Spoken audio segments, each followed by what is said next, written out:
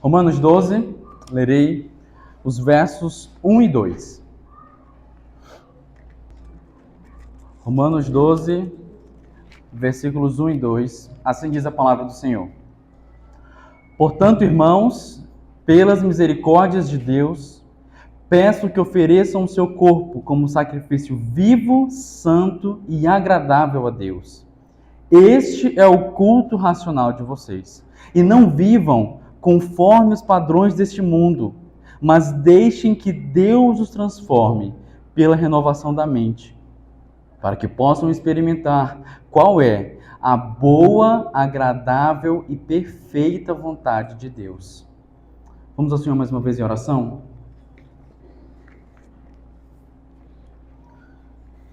Nosso Deus, nesse momento, ó Pai, estamos diante da Tua Santa Palavra, Senhor. Ó Deus, como aqui já foi orado, nós, Deus, somos indignos da Tua graça, por isso ela é graça, e também da Tua Palavra graciosamente revelada a nós. Ó Deus, a gente te pede que o Senhor esteja operando com o Teu Santo Espírito sobre o nosso viver, e que a gente, ó Pai, compreenda e viva e busque a boa, agradável e perfeita vontade do Senhor. Ó Deus, lança fora toda surdez espiritual, lança fora toda distração, traz foco a nós para que nós venhamos, ó Pai, contemplá-lo. Ó Deus, opera através da pregação da Tua Palavra, nós te rogamos. Em nome de Cristo Jesus. Amém. Amém. Meus irmãos, a passagem bíblica, então, da nossa reflexão, ela é uma passagem muito rica. Romanos 12, 1 e 2, é uma passagem muito rica que pode nos levar a implicações e aplicações diversas para o nosso viver. Porque este trecho da carta de Paulo aos Romanos é justamente o texto em que o apóstolo dá início para a parte, digamos que, mais prática da carta aos Romanos. Então, ao mesmo tempo que Romanos 12, 1 e 2 funciona como uma transição, aqui também é colocado um resumo do viver cristão. É colocado, ou em outras palavras, um resumo da nova vida que todo crente tem em Cristo Jesus. Mas antes do trecho que nós lemos, nós podemos também perceber os versículos anteriores a Romanos 12, que foi um louvor de Paulo. Paulo coloca um louvor nos últimos versículos, a partir do verso 33. E eu peço que os irmãos também acompanhem comigo essa leitura, que diz assim: ó profundidade da riqueza, tanto da sabedoria como do conhecimento de Deus. Quão inexplicáveis são os seus juízos e quão insondáveis são os seus caminhos. Pois quem conheceu a mente do Senhor? Ou quem foi o seu conselheiro? Ou quem primeiro deu alguma coisa a Deus para que isso lhe seja restituído? Porque dele, e por meio dele, e para ele são todas as coisas. A ele seja a glória para sempre. Amém. Estas palavras de exaltação a Deus foram entoadas por Paulo após uma profunda e rica doutrina que foi exposta ao longo de todos os capítulos anteriores. Paulo, nessa altura da carta, ele já havia deixado claro sobre a grandiosidade do Evangelho e também sobre a abrangência da obra salvífica de Deus na vida de pecadores, através de somente Cristo Jesus. E todos, fora de Cristo, estão separados da gloriosa presença de Deus. Porque, como todos são pecadores, sejam judeus ou gentios, logo, todos então estão separados da glória de Deus. Como Paulo afirmou, lá no capítulo 3, Romanos 3, 9 e 10, está escrito: que se conclui? Temos nós alguma vantagem? Não, de forma nenhuma, pois já temos demonstrado que todos, tanto judeus como gregos, estão debaixo do pecado. Como está escrito, não há justo nenhum sequer. E mais à frente, ele coloca no verso 20: porque ninguém será justificado diante de Deus por obras da lei, pois pela lei vem o pleno conhecimento do pecado. Então, como seremos salvos? Surge essa pergunta. E o apóstolo Paulo também já respondeu. Ele respondeu no verso 22 de Romanos 3. É a justiça de Deus mediante a fé em Jesus Cristo para todos e sobre todos os que creem. Com isso, meus irmãos, antes de nós analisarmos, antes de pensarmos se nossas obras estão sendo agradáveis a Deus, que é o chamado de Paulo em Romanos 12, precisamos refletir se nós já estamos com a nossa fé, se a gente já está com a fonte das nossas obras, se já estamos com as raízes do nosso coração verdadeiramente firmadas em Cristo. Porque é somente através dele que até as obras poderão se tornar agradáveis ao próprio Deus. Afinal, todas as coisas deste mundo foram afetadas e corrompidas pelo pecado, incluindo cada ser humano que hoje, desde Adão, se encontra quebrado, corrompido. A abrangência do pecado ela é muito maior do que a maioria das pessoas imagina. Mas não só a abrangência, como também as consequências eternas do nosso pecado, que nos levam à morte eterna. E é então por esse motivo que Jesus, o Cristo, o Filho de Deus, se fez homem, viveu nesta terra, porém sem pecado, morreu, com todo o seu viver, cumpriu toda a lei em obediência ao caráter e padrão perfeito de Deus, revelado na lei. Morreu, recebendo então a ira eterna de Deus na cruz, pagando pela justiça que os crentes recebem pela fé. E então, meus irmãos, é sobre esta salvação e as suas implicações que Paulo abordou ao longo de toda a carta. Salvação esta que, através de Cristo, se torna possível, tanto para judeus como para gentios, judeus e não judeus, tornando então todos em um único povo, um povo santo. E então, meus irmãos, por causa das misericórdias de Deus derramadas sobre o seu povo, que o apóstolo Paulo, então, ele não suporta não exaltar o Senhor. E esse é o resultado de Romanos 11, 33 a 36. Acompanhe comigo mais uma vez. Ó profundidade da riqueza, tanto da sabedoria como do conhecimento de Deus. Quão inexplicáveis são os seus juízos e quão insondáveis são os seus caminhos. Pois quem conheceu a mente do Senhor? Ou quem foi o seu conselheiro? Ou quem primeiro deu alguma coisa a Deus para que isso lhe seja restituído? Porque dele e por meio dele e para ele são todas as coisas. A ele seja a glória para sempre. Amém. Ao nosso Criador seja a glória. Porém, além de termos a Deus como nosso Criador, já sendo um enorme e completo motivo de nós dedicarmos todo o nosso viver para a sua glória, Ele, em sua misericórdia, nos resgata. E então, nós podemos chamá-lo não somente de nosso Criador, mas também de nosso Salvador. Pois foi Ele que nos tornou novas criaturas, nos resgatando do domínio e escravidão do pecado e nos levando para o reino eterno de seu Filho, Jesus Cristo, Senhor sobre tudo e sobre todos. E são essas verdades que nos lembram que dele são todas as coisas, por meio dele são todas as coisas e para ele são todas as coisas. Portanto, irmãos, pelas misericórdias de Deus, peço que ofereçam o seu corpo como um sacrifício vivo, santo e agradável a Deus. Este é o culto racional de vocês. E não vivam conforme os padrões deste mundo, mas deixem que Deus os transforme pela renovação da mente, para que possam experimentar qual é a boa, agradável e perfeita vontade de Deus. É aqui, então, que Paulo dá início às aplicações daquilo que foi ensinado. E, de certa forma, como eu já disse, meus irmãos, esses dois versículos, Romanos 12, 1 e 2, eles resumem e apontam para todo o ensino prático que ele abordará no decorrer dos capítulos seguintes.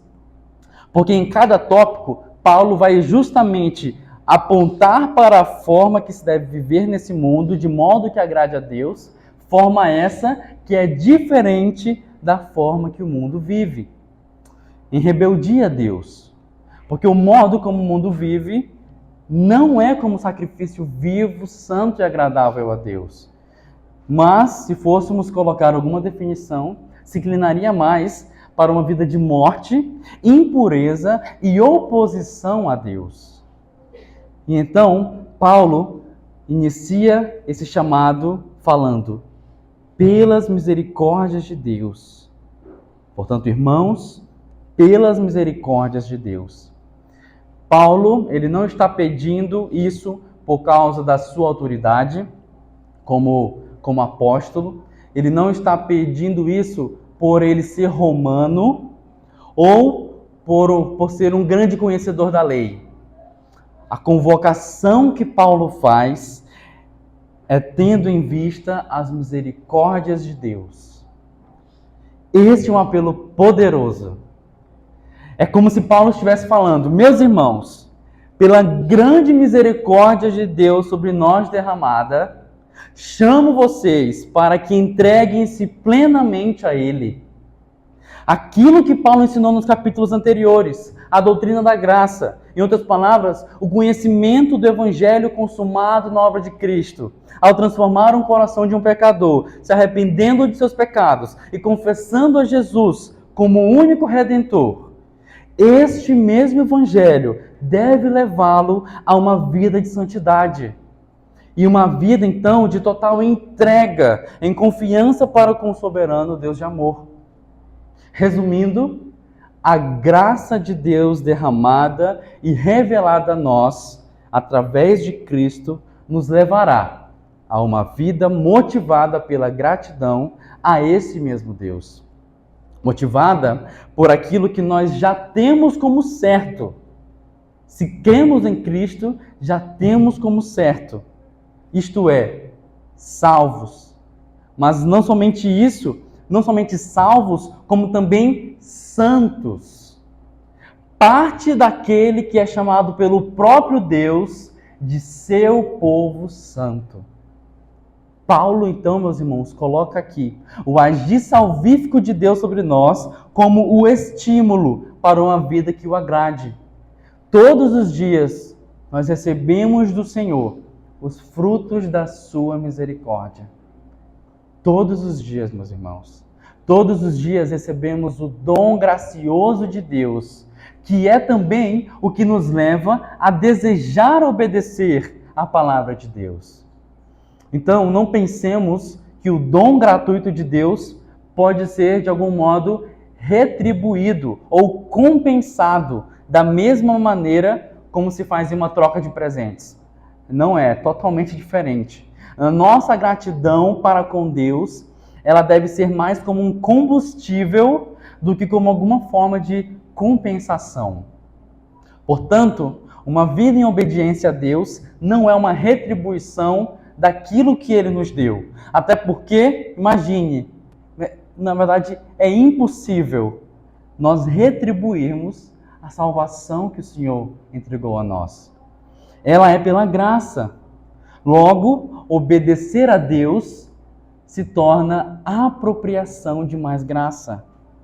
Graça essa que Ele afirma derramar sobre os seus filhos. Efésios 2:10 diz: pois somos feitura dele, criados em Cristo Jesus para boas obras, as quais Deus de antemão preparou para que andássemos nela.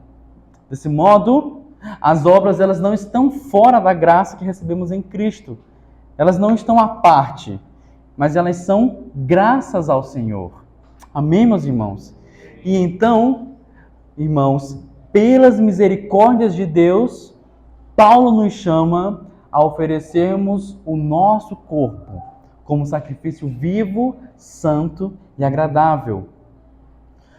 Assim como é através do corpo que todo mal que existe no coração não renovado se manifesta em ação e ação palpável, assim é também através do corpo que os princípios e afetos graciosos dos crentes se revelam na vida exterior. É no nosso viver que o fruto do Espírito é revelado.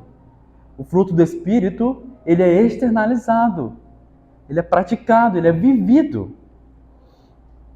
Sendo então por esse motivo, meus irmãos, que deve haver tremenda preocupação da nossa parte quando identificarmos pessoas que dizem temer a Deus, mas não demonstram praticar o temor a Deus em toda a sua vida. Porque a entrega que a palavra de Deus nos aponta é como sacrifício vivo, santo e agradável a Deus. É uma entrega, um sacrifício ao Senhor. E aqui o apóstolo Paulo ele faz uma referência aos sacrifícios que eram levados ao altar de Deus no Antigo Testamento, colocando primeiramente que nós devemos ser como sacrifícios, porém vivos, né? Sacrifício vivo é o chamado de Paulo.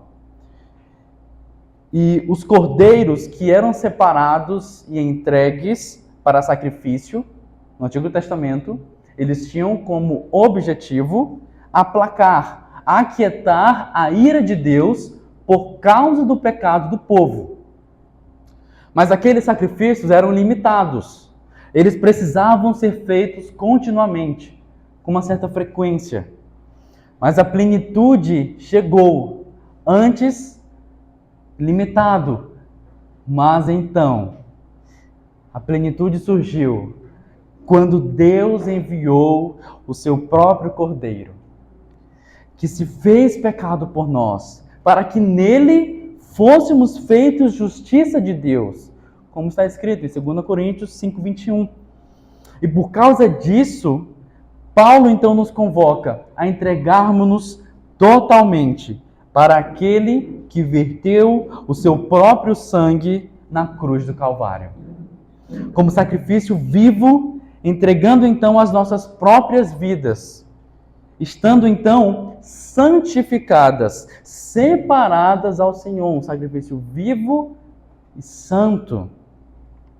Quando o Senhor nos resgata em sua misericórdia, nós nos tornamos seu povo. Logo, somos de quem?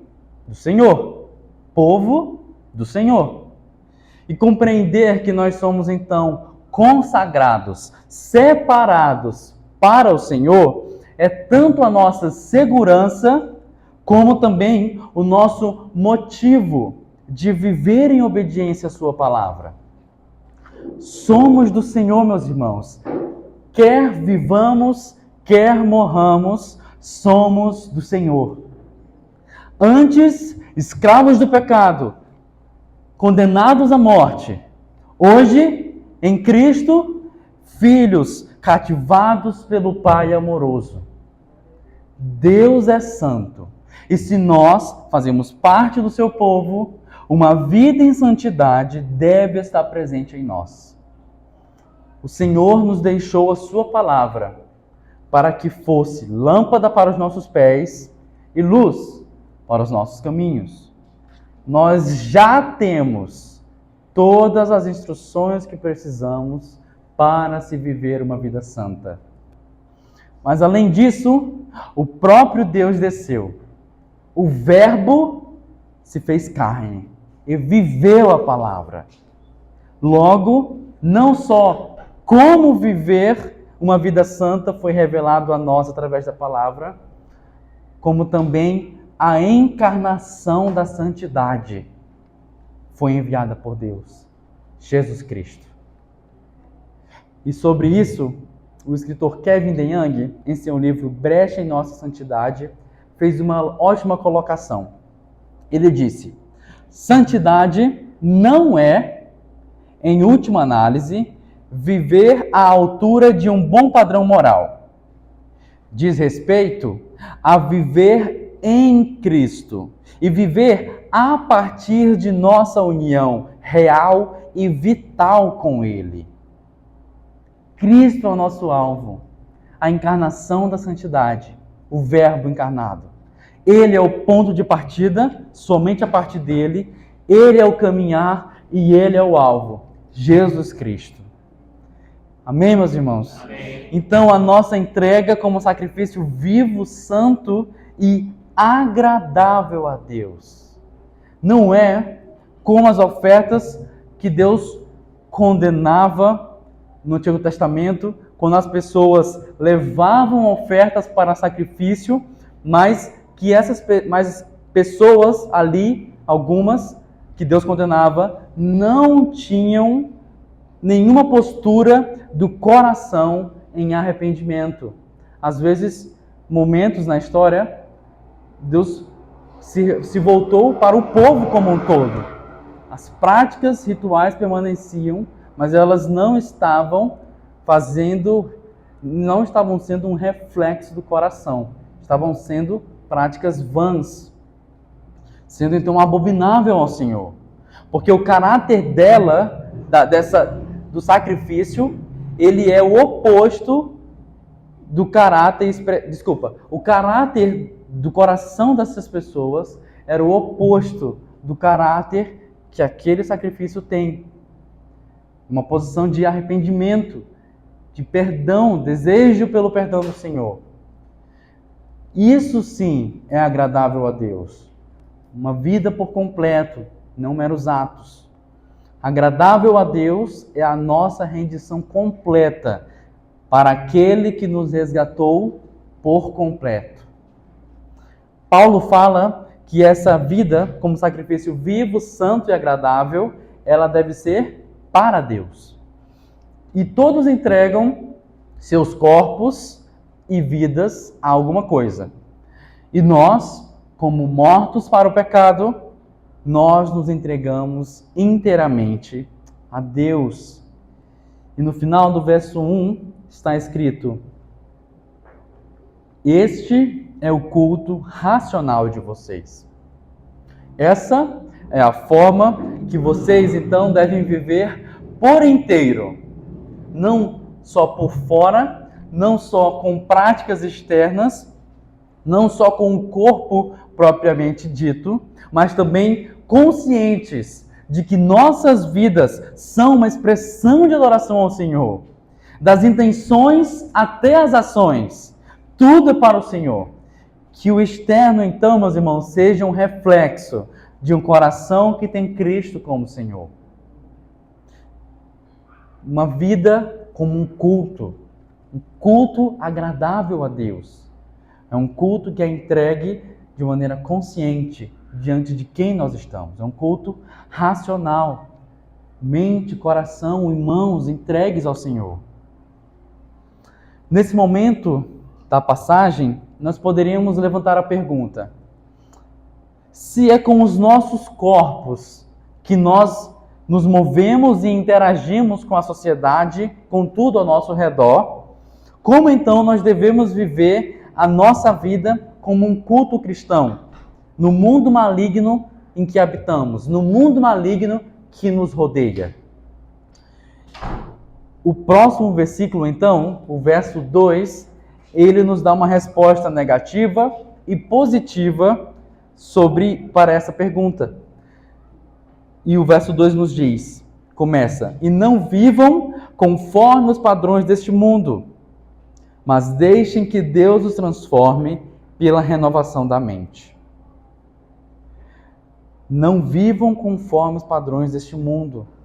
Aqui o apóstolo Paulo, ele aponta para duas atitudes necessárias para as nossas vidas. E sobre esses padrões do mundo, sobre esse viver de acordo com a natureza caída, Kevin DeYoung, no mesmo livro que eu já citei, ele também colocou uma boa definição. sobre o mundanismo. Ele diz assim: o padrão do mundo é o defender tudo o que se opõe à vontade de Deus. Ou, em outras palavras, mundanismo é aquilo que faz o pecado parecer normal e o que é correto parecer estranho. Mundanismo é aquilo que faz o pecado parecer normal e o que é correto parecer estranho. E então, eu pergunto, meus irmãos, quantos padrões pecaminosos e coisas normais que são do mundo nós temos normalizado em nosso meio? Quanto daquilo que é mal perante o Senhor nós temos encarado como normal? Não queiramos tomar forma de mundo, tomar forma de morte. Um grande inimigo dessa renovação que Paulo nos chama é a conformidade com este mundo. Prestando atenção, então, somente em formar planos para a felicidade que este mundo define como bom e tendo as prioridades invertidas que este século coloca. Nós precisamos nos lembrar que a obra do Espírito Santo, ela começa no entendimento e na compreensão, e ela é levada à vontade, ela é levada ao coração, aos desejos, afeições, até as nossas conversas, até que haja então uma mudança de todo homem na semelhança de Deus, no conhecimento, na retidão e na verdadeira santidade. Este é o alvo. Foi para isso que Cristo morreu e ressuscitou, um povo santo para si. O apóstolo Paulo, em Colossenses 3,17, peço que os irmãos abram suas Bíblias, em Colossenses 3,17. Nesta passagem, ele também falando sobre as implicações do Evangelho na vida do crente, ele escreveu, Colossenses 3,17, falando sobre as implicações do Evangelho na vida do crente. Está escrito: e tudo o que fizerem, tudo, seja em palavra, seja em ação, façam em nome do Senhor Jesus, dando por ele graças ao Deus Pai.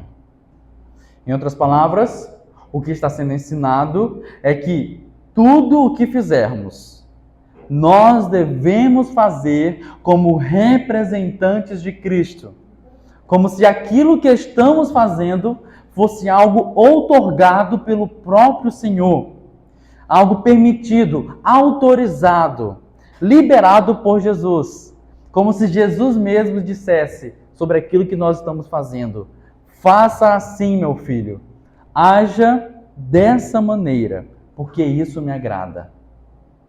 E ainda mais, dando graças a Deus Pai. Ou seja, agradecendo a Deus por tudo aquilo que nós temos feito. Pense só. Agradecendo a Deus por tudo aquilo que Ele tem feito. Pense só. Obrigado, Senhor,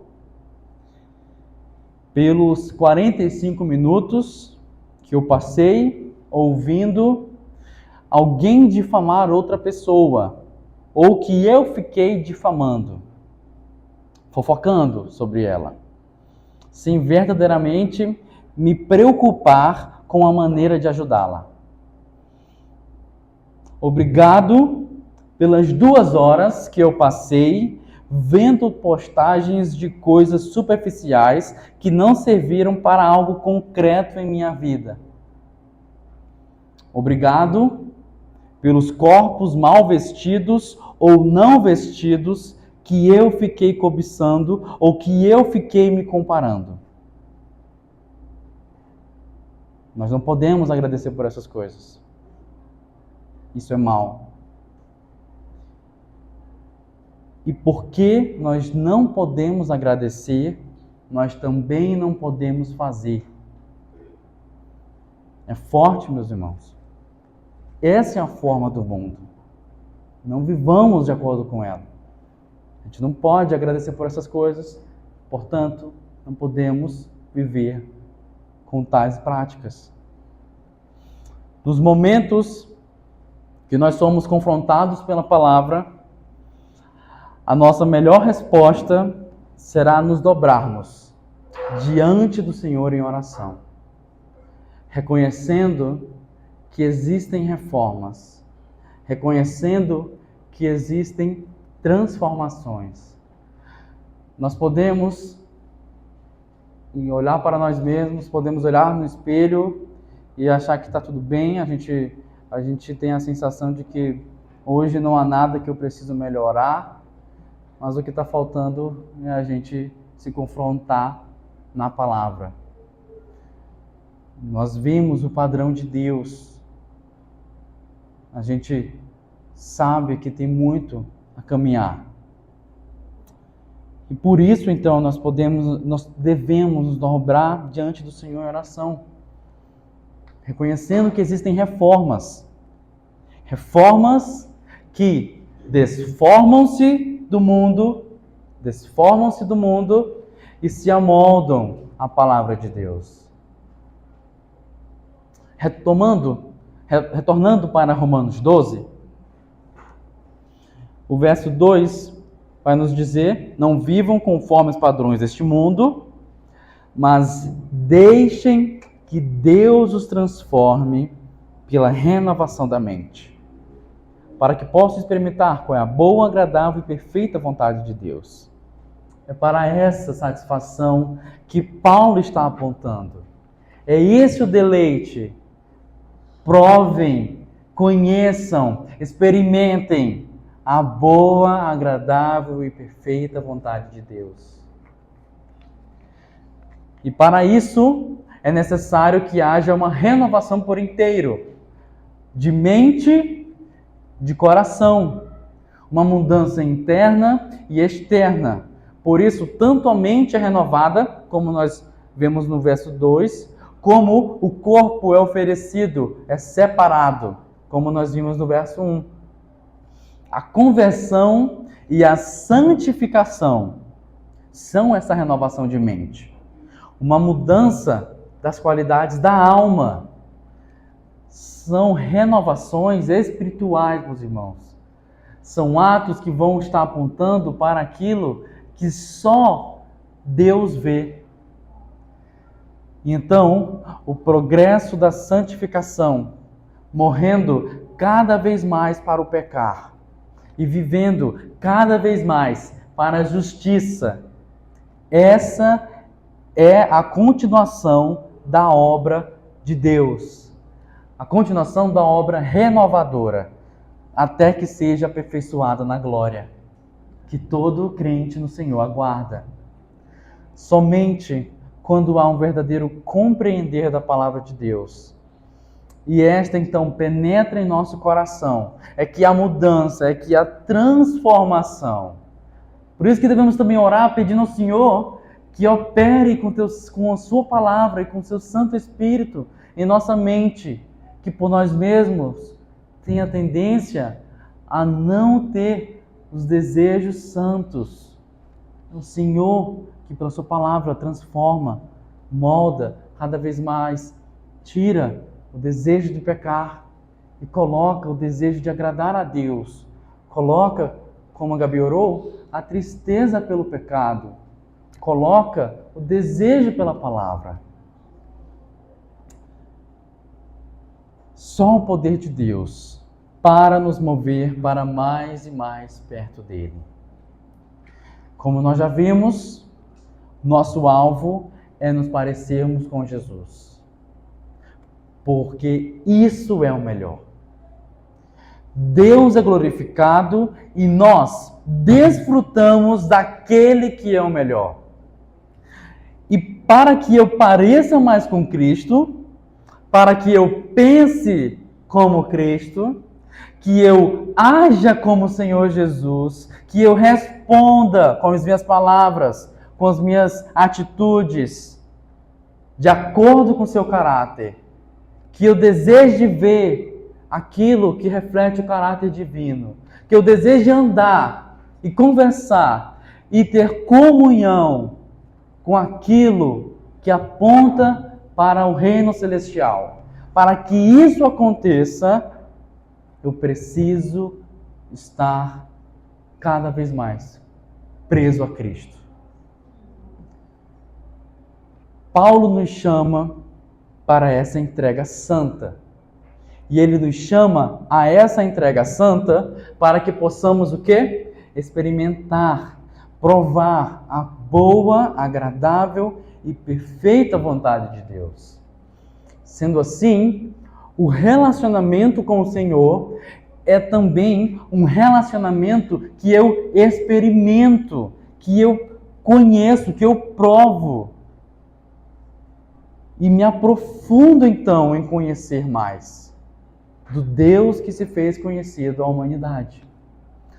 Portanto, o que verdadeiramente precisamos é desejar mais dele. E essa deve ser a oração que você deve fazer ao seu próprio coração. Mateus, deseje mais de Deus antes de você desejar aquilo que é virtuoso, antes de você desejar um salário que possa abençoar seus irmãos, seu próximo, os necessitados, a sua família, os missionários, antes de você desejar uma segurança em um bairro que vai lhe trazer, pelo menos aparentemente, essa maior segurança. Acima dessas coisas, meus irmãos, nosso desejo é de sermos conformados ao Senhor. É pelo próprio Senhor. Assim como quando você está com fome, você deseja comida. Assim como a corça, diz o salmista, corre, ansiando pela água. Como terra seca precisa da chuva. Assim eu preciso de ti, meu Deus. É fome, é sede. Mas sozinho nós não conseguimos nos desvencilhar do jeito de viver, pensar e respirar do mundo.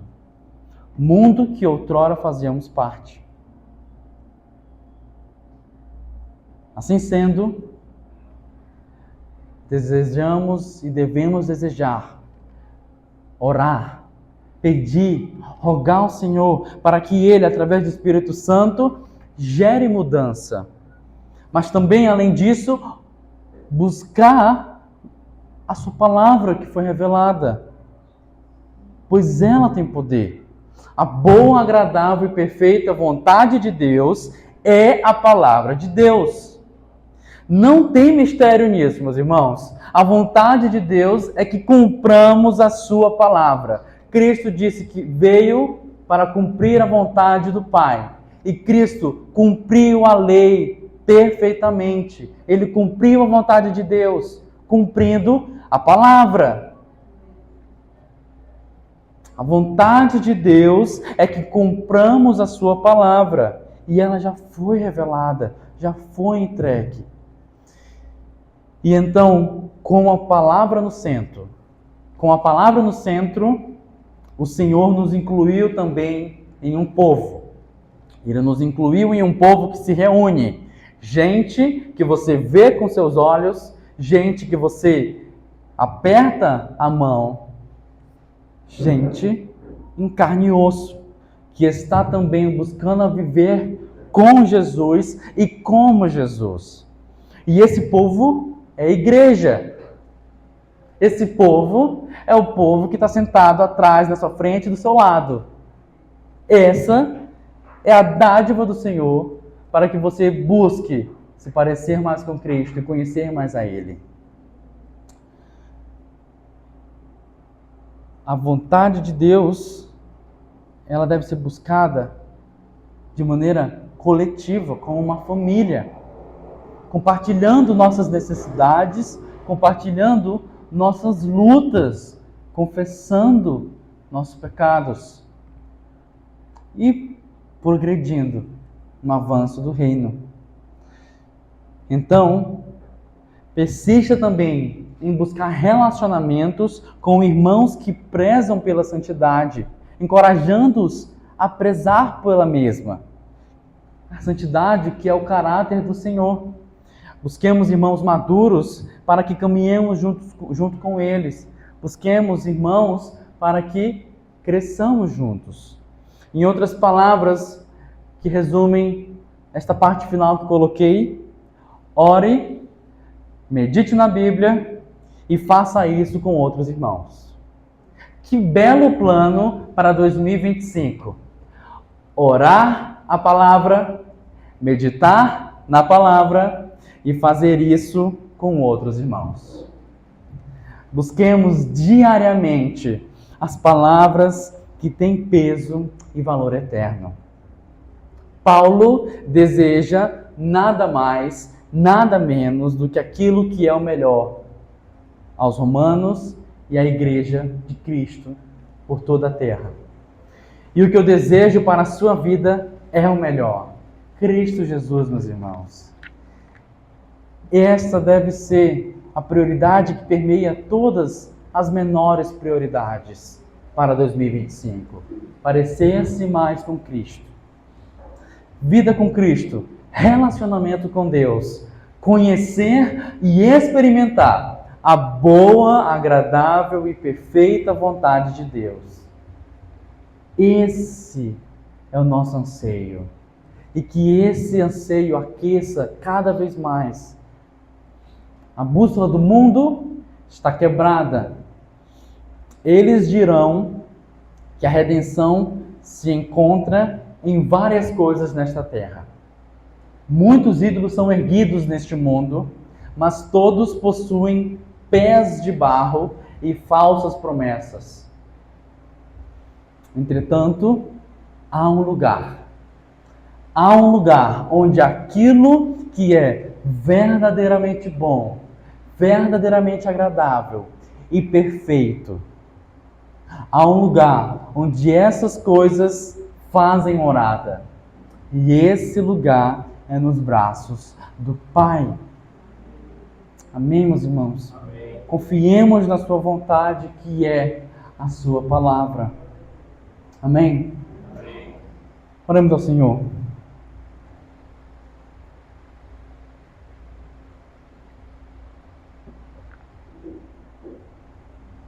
Santo Deus, nós louvamos o Teu nome, ó Pai, porque o Senhor se revelou.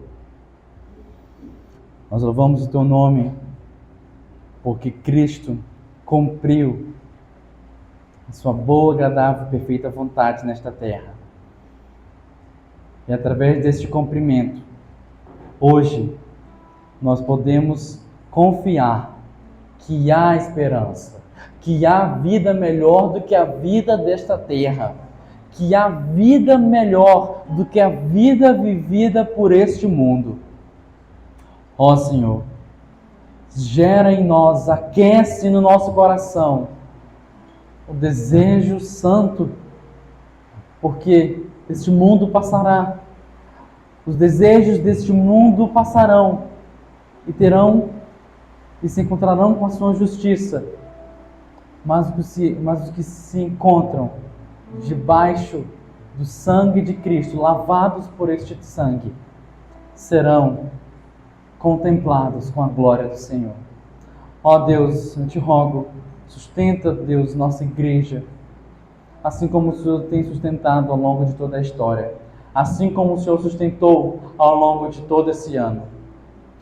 E que nós possamos, Deus, pela Tua graça e para a Tua glória, progredir para o alvo, que é Cristo, para o avanço do reino do Senhor. Ó Senhor, nós oramos confiando que o Deus Trino, Pai, Filho e Espírito Santo, tem feito, já fizeram e continuarão fazendo a sua obra sobre nós.